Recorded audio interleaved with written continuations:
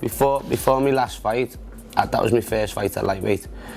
Before I'd fought at 155, my body hadn't been 155 since I was 10 years old.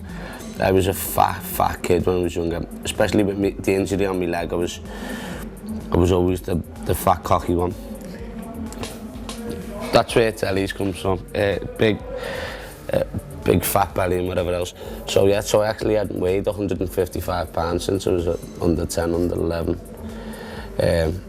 But now I know my body can get down to 155. It's better mentally for me. My diet's easier. Because I'm losing on average £1 a day. I gain weight very easily. Like last week, I was a little bit down because I'm training so hard. I had a bowl of cereal at 5 o'clock in the day and put £3 on, and that was only bran flakes, a bowl of cereal. So my body just goes and just sucks it all in. So for this fight, you've made the switch over from Wolfslair to Carbon. What was the decision behind switching camps for this fight?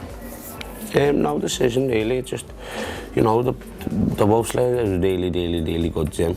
It's the proof's in the pudding with that gym. They constantly have fighters coming out and winning, and I think they went like 4 years without getting a single loss. And they have the best coaching, some of the best coaching in the world. The reason I moved to Carbon is I'm good friends with Terry and Mark Scanlon. It's on my doorstep. And because Terry's doing the camp at the same time as me, I just thought I'd switch it up a little bit. I mean, Mike used to go off and go to California every now and again and switch up his camps there, so I just switched up my camp here, a little bit closer to home. It takes me out of my routine and my daily.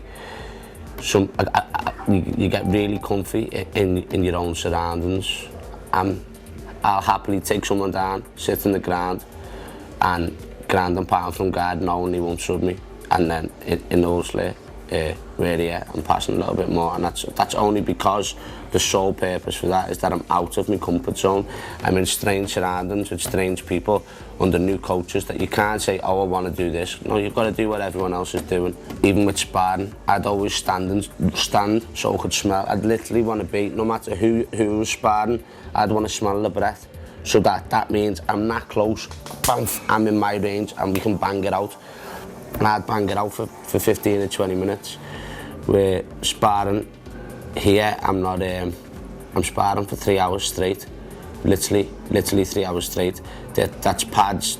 I only got a 20-second break to recuperate in between each five. Either do 5-minute rounds or 10-minute rounds. And I couldn't fight like my fight for that amount of time. It's impossible. So I've had to switch up and change a little bit, which I think is making me a little bit more technical, tie-wise. How would you describe Terry's strengths to anybody who hasn't seen him fight before? Terry is unbelievable. People don't know how good he is, really, they don't know how good he is. He's the next world champion. You know, hopefully one day. Because it's hard, everyone always says, you and Terry should fight. Because we're both from Liverpool, we've both been from different gyms. And it's always been, because we're friends outside this gym before I come here.